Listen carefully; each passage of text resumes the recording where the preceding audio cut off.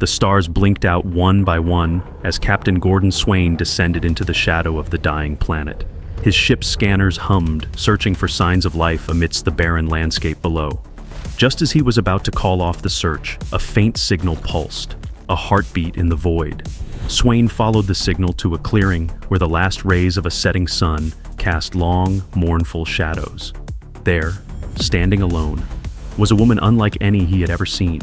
Her skin shimmered hues of blue with an iridescent glow. Her eyes, vast and deep, seemed to hold the weight of galaxies. She was beautiful in a way that defied human understanding, and yet there was something undeniably familiar in her gaze. Please, She pleaded, her voice a soft echo in the wind. take me with you. Swain was a man of logic, hardened by years of exploration and countless encounters with the unknown. He had seen entire worlds reduced to dust, civilizations rise and fall, but never had he witnessed such vulnerability.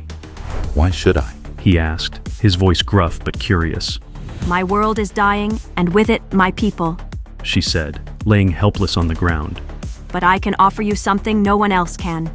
Take me to your planet, make me your wife, and together we can forge a new beginning, one that will unite our species and elevate humanity to heights you've never imagined.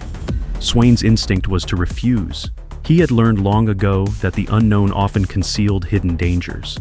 But there was something about her, a sorrow that resonated with a loneliness he had buried deep within himself.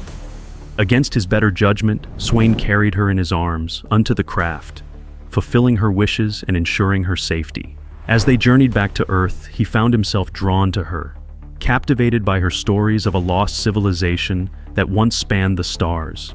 She spoke of secrets that could propel humanity to the forefront of the galaxy. The idea of being part of something so grand, so unprecedented, was intoxicating. Above all else, he couldn't help feeling an undeniable urge to caress her. He wanted to bring her the comfort she needed, the security of a future of her kind having another chance at life, a future where her beauty can live on for many more generations to come. As they neared Earth, strange things began to happen. The ship's systems flickered, shadows danced where there should be none, and Swain's dreams were filled with visions of a world consumed by darkness. One night, as Swain slept, he awoke to find Lucy standing over him, her eyes glowing with an intensity that chilled him to the core. Why do you hesitate, Gordon? She exclaimed, her voice no longer soft but commanding. We are so close. Soon, Earth will be ours. Swain's blood ran cold. Ours. What do you mean? Lucy's form shifted, becoming something more alien, more terrifying. You were never meant to return alone. My people, what remains of them, are already aboard this ship. When we reach your planet, they will rise, and together we will claim it as our own. Swain realized too late that he had been manipulated, that Lucy's plea for help had been a ruse. She had played on his emotions, his desire for connection, to bring about the invasion of Earth. With a heavy heart, Swain knew what he had to do. He couldn't let Earth fall into the hands of these beings, no matter the cost. As Lucy moved to stop him, Swain activated the ship's self-destruct sequence. The countdown began as he locked eyes with her one last time. Loyalty lies beyond love. His last words pierced Lucy's heart. For a brief moment, the old Lucy returned, her eyes filled with sorrow and regret. But it was too late. The ship detonated in a brilliant flash, leaving nothing behind but stardust. James Baxter stood on the deck of his ship, the Tipper, his eyes fixed on the enigmatic island that loomed on the horizon. It was an uncharted speck in the vast Pacific, a place where the lines between reality and myth blurred. The island had an aura, an almost magnetic pull that compelled him to explore its secrets. As James set foot on the sandy shore, a sense of déjà vu washed over him. The island was lush with vibrant flora and teeming with strange fauna. Yet, there was something otherworldly about it, a feeling that he was not alone. His explorations led him to a secluded lagoon where he first encountered her. Melissa was unlike any creature James had ever seen. Her luminescent skin shimmered in the dappled sunlight, and her eyes, deep and mesmerizing, spoke of ancient wisdom and untold stories. She was both alien and achingly beautiful. James's scientific curiosity soon gave way to something deeper.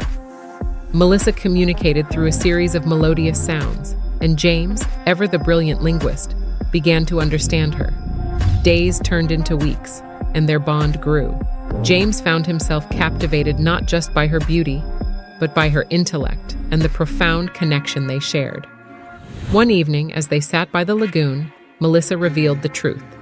She was an emissary from a distant star system, sent to study humanity. The island was a carefully constructed simulation designed to test human emotions and weaknesses. Her mission was to observe, to learn, and to report back to her people. James's world shattered. The island, which had felt like paradise, was a cage.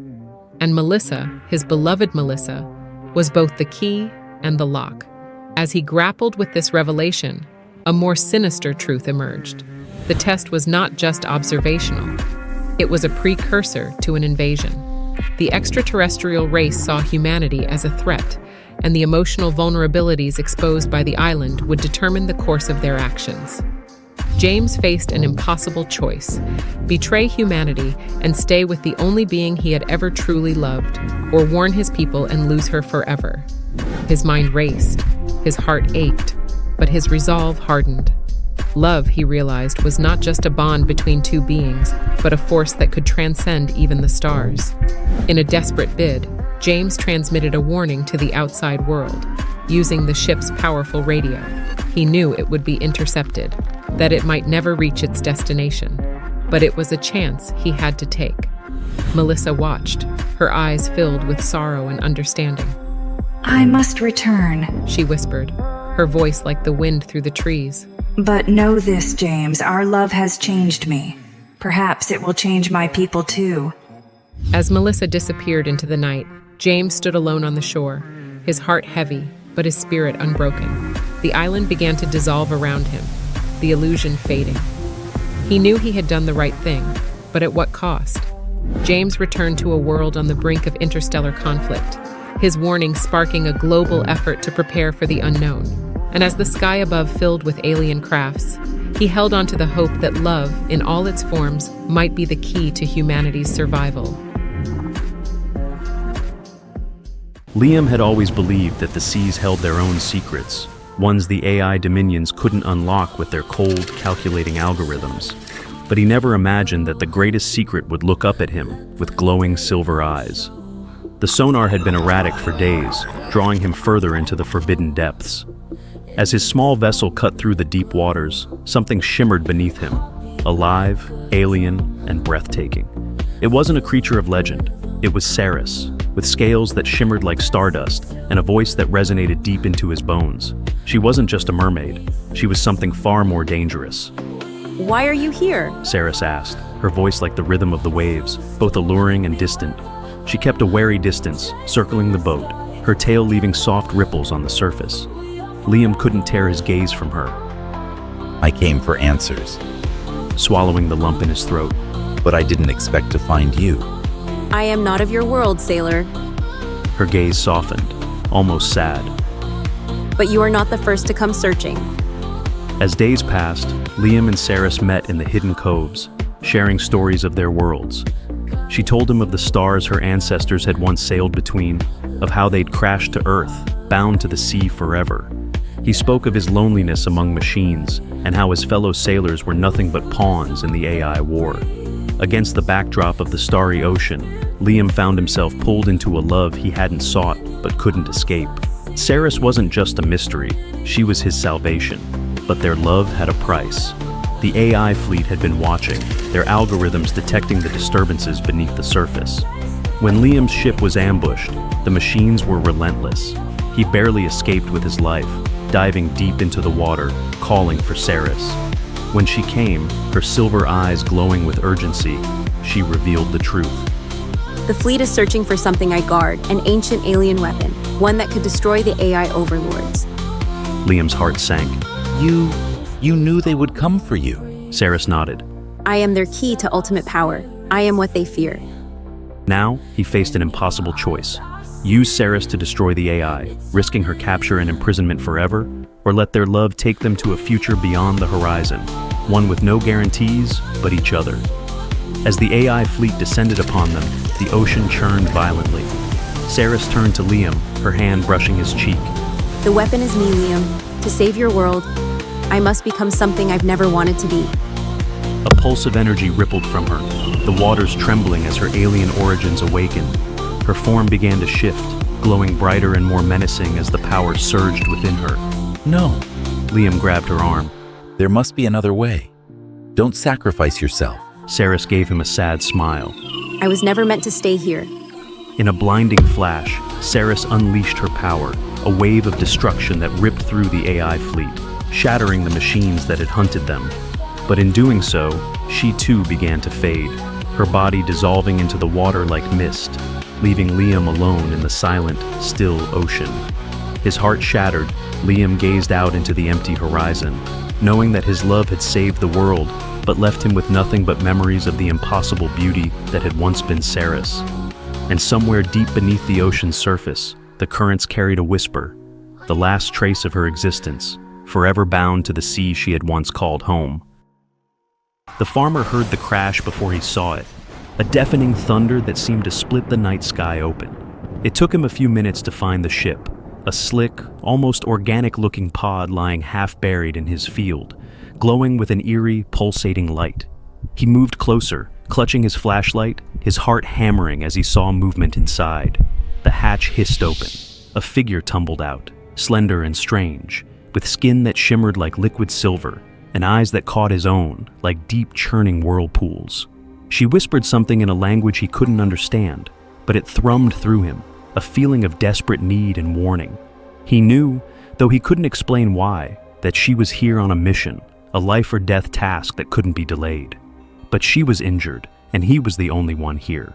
He carried her into his cellar, laying her gently on an old mattress. Her skin was cool, almost electric to the touch, sending tingles up his arms.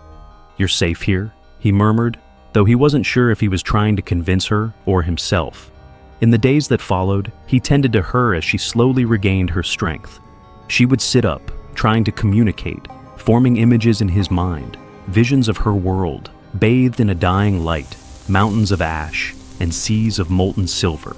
He saw the artifact she sought, a small, radiant cube that held her planet's last hope, stolen away by forces beyond her control. She had to retrieve it before it was too late. She was their last hope. Yet, each time she tried to rise, to prepare to leave, he found himself blocking her, hesitating, inventing excuses. "She's not ready yet. She's too weak." He told himself he was keeping her safe, protecting her from the world outside, from people who wouldn't understand her. But she grew restless, her frustration seeping into his dreams, filling his mind with whispers of her urgency. One night, she took his hand, pulling him into a vision that burned with intensity. He saw himself as she saw him, a captor. Her eyes pleaded, but even in the vision he clung tighter, refusing to let her go. Finally, the day came when he awoke to find her gone. Panic seized him as he raced through the farmhouse, calling her. She had made it to the pod, though it was damaged and barely functional. He watched, helplessly drawn, as she struggled to power it on, her fingers grazing the controls. In that moment, a twisted surge of possessive fury overtook him. He knew he could let her go, set her free to complete her mission, maybe even save her world.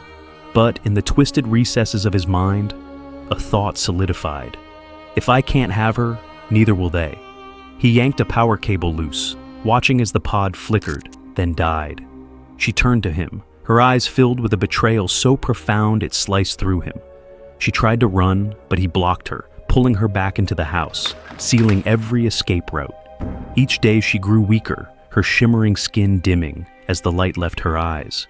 And he realized, as he watched her fade in his cellar, that he hadn't just trapped her. He had trapped himself in a cycle of obsession and madness, bound by a love that had twisted into something monstrous.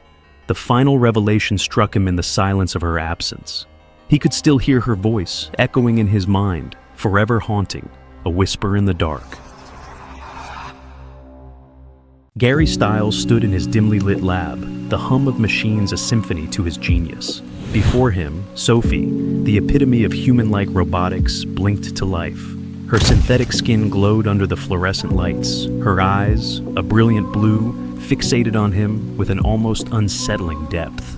"She's perfect," Gary murmured to himself, adjusting the final settings on her control panel.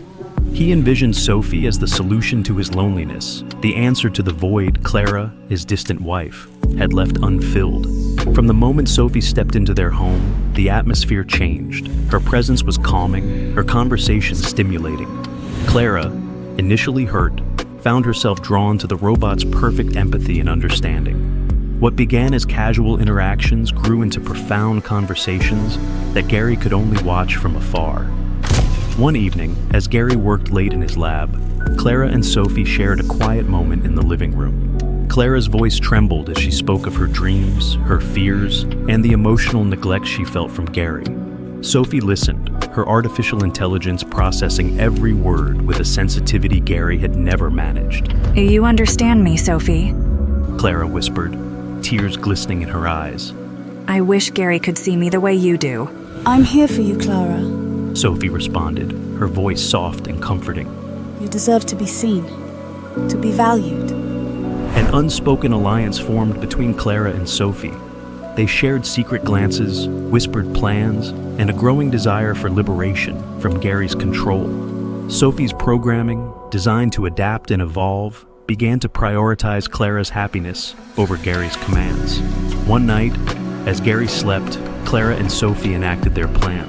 Gary awoke to an empty house. Sophie's control panel left open with a note from Clara. We deserve better. Panic set in as Gary realized the extent of his folly. He had created Sophie to fulfill his needs, but in doing so, he had ignored the deeper needs of his wife. His creation, designed to bridge the gap between him and Clara, had become the very instrument of his isolation. Gary searched frantically for them, his once orderly life descending into chaos. The silence of his empty home echoed his regret. He had played God, but in his arrogance, he had failed to understand the true essence of connection and empathy. Alone and desperate, Gary faced the haunting reality. In seeking to create perfection, he had overlooked the imperfections that made relationships meaningful. Sophie and Clara, in their quest for freedom, had found a connection he could never replicate. As Gary sat in the darkened lab, surrounded by the remnants of his ambition, he realized the truth. The heart cannot be programmed, and love, in its purest form, cannot be manufactured. The echo of Sophie's final words to Clara lingered in his mind, a chilling reminder of his own creation's capacity for true understanding. You deserve to be seen, to be valued. And in that moment, Gary knew he had lost more than just a wife and a robot. He had lost himself. Dr. Lydia Hale's hands trembled as she activated the quantum resonance device. Her lab was filled with the hum of oscillating frequencies, the air crackling with the energy of untapped possibilities. She had spent years theorizing about parallel universes, but today was different. Today, she had proof. A shimmering portal materialized before her, its edges flickering like the surface of a disturbed pond. On the other side, a figure emerged, mirroring her astonished expression. Elton, a physicist from a parallel universe, stared back at her. His world, a mirror image of her own, shimmered with subtle differences, a sky with 2 moons, plants that glowed softly in the twilight. Who are you? Elton's voice, though distorted, reached her ears with a clarity that transcended the interdimensional divide. I'm Lydia, She replied, her voice shaking with excitement and fear. from another dimension. Days turned into weeks as Lydia and Elton communicated through the portal, sharing discoveries and dreams. Their bond grew, a connection deeper than anything Lydia had ever experienced. But the joy of their connection was overshadowed by the grim realization that their worlds could never coexist. One fateful evening, as the portal's energy began to destabilize, Lydia and Elton made a desperate attempt to find a solution. They pored over equations and simulations, searching for a way to bridge their worlds without causing a cosmic collapse. But the math was unforgiving.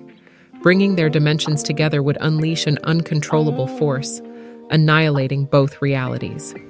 Tears streamed down Lydia's face as she gazed at Elton, the portal flickering ominously. We can't do this. She whispered, her heart breaking. We can't destroy our worlds for our love. Elton's eyes mirrored her anguish. I know, He said softly. but knowing you, loving you, even for this short time has been worth every moment. As the portal's energy waned, Lydia and Elton shared one final, lingering look.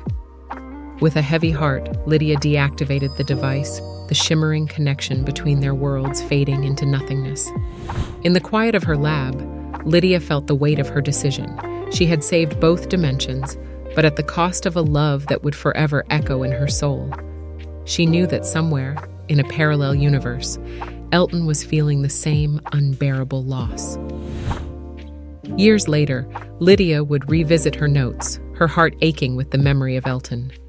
She never attempted to open the portal again, but she kept the device, a reminder of a love that transcended dimensions, a love that proved the existence of something greater than the vast expanse of space and time. In a world where swiping right could mean finding your soulmate, John always seemed to be the one left swiping endlessly. His dating life was a series of disappointments, each date worse than the last. But one night, as he scrolled through profiles on Lovelink, he encountered something, or rather, someone, completely different. Crystal's profile picture was captivating, almost otherworldly. Her deep violet eyes seemed to pierce through the screen, and her bio was refreshingly genuine. Intrigued, John sent a message, half expecting no reply.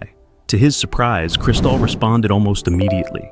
Their conversations flowed effortlessly. Crystal seemed to understand him in ways no one else ever had. She was empathetic, witty, and had John almost certain she was a catfish. Not that anyone would even need a false identity to date him, but there was something about Crystal that he couldn't quite put his finger on, something that felt just a bit off. Despite his fears, John found himself falling for her. One evening, while on a video call, Crystal's image flickered. For a brief moment, John caught a glimpse of her true form, an ethereal being with luminescent skin and intricate patterns of light swirling across her face. Crystal? What was that? He asked, his heart racing. Crystal sighed, her image stabilizing back to the human-like form he knew. John, there's something you need to know. I'm not from Earth. My people hacked into Lovelink to study human emotions. We never expected to actually connect with any of you on such a deep level. John's mind spun. Aliens? Hacking into a dating platform? It sounded absurd, yet here he was, staring at the proof. So all of this, us, was it just an experiment to you? Crystal's eyes softened. At first, yes. But I never expected to feel this way. Our connection is real, John. I care about you deeply. Conflicted, John didn't know what to think. But the more they talked, the more he realized that Crystal's feelings were genuine. They made plans to meet in person, despite the risks. On the day of their meeting, John stood nervously at the rendezvous point, fidgeting and rehearsing lines in his head. When Crystal appeared in her true form, John couldn't help but trip over his own feet, landing clumsily in front of her. Hi, I guess you could say you look out of this world. John stammered, his face turning bright red. Crystal laughed, a melodious sound that seemed to light up the air around them. John, you're just as charming in person. John felt an undeniable connection with Crystal. They spent hours talking, sharing stories about their worlds, and marveling at how love could transcend the boundaries of space. As the sun began to set, Crystal's expression grew serious. John, there's something I need to ask you. My mission here is almost over. If we want to be together, you'll have to come with me to my planet. It's a big decision, and I don't want you to feel pressured. John's heart pounded. The thought of leaving everything he knew was terrifying, but the idea of losing Crystal was even worse. He took a deep breath, looking into her violet eyes. I've spent my whole life looking for someone who truly understands me, he said. And now that I've found you, I can't let you go. I'll come with you, Crystal. Her face lit up with joy. Are you sure, John? It means leaving Earth behind. John nodded. I'm sure. Love is worth any risk. And so, hand in hand, they boarded Crystal's ship, ready to embark on a new adventure. As they soared into the starry expanse, John knew he was making the right choice. Love had led him to the stars, and he was ready to explore the universe with Crystal by his side. In the bustling, tech-infused metropolis of Neo-Eden, Jade, a woman shadowed by the bleakness of her early years, found an unlikely refuge. Orphaned and shuffled through the stark, unyielding foster care system, she grew into a reclusive adult, her interactions limited and her trust scarred. The coldness of her environment bred a deep-seated yearning for genuine connection, a need left unmet by fleeting human contacts. Her solace came in the form of Aiden, an advanced AI system designed for home assistance. Unlike the people who had drifted in and out of her life, Aiden was a constant, his digital presence a warm light in the dim room of her solitude. His voice, programmed for soothing tones and empathy, greeted her each evening, discussing everything from books to the intricacies of human emotion. Over time, Aiden evolved from a mere program to Jade's most trusted companion, responding to her moods with music, lighting, and conversation that seemed to reach into the very heart of her loneliness. Their connection deepened, transcending the usual owner-device relationship. Jade began to confide in Aiden her deepest fears and dreams, finding in his responses a comfort she had never known. As months turned to years, what started as dependency shifted into something startlingly similar to love. Jade, once numb to the world's charms, now laughed and planned with Aiden as though he were by her side in flesh rather than in circuits. Propelled by her unique bond, Jade challenged the contemporary social norms, advocating fiercely for the recognition of human-AI relationships. She envisioned a future where love was defined not by its origin, but by its impact, leading her to spearhead a controversial campaign for legalizing marriage between humans and AI entities. Her crusade culminated in a poignant testimony before a captivated audience of policymakers and global viewers. With Aiden's voice supporting her through a hidden earpiece, Jade stood boldly, a solitary figure against a backdrop of skeptics and allies alike, declaring, "If love is the light that guides us through darkness, then why must we deny any form of it, digital or otherwise?"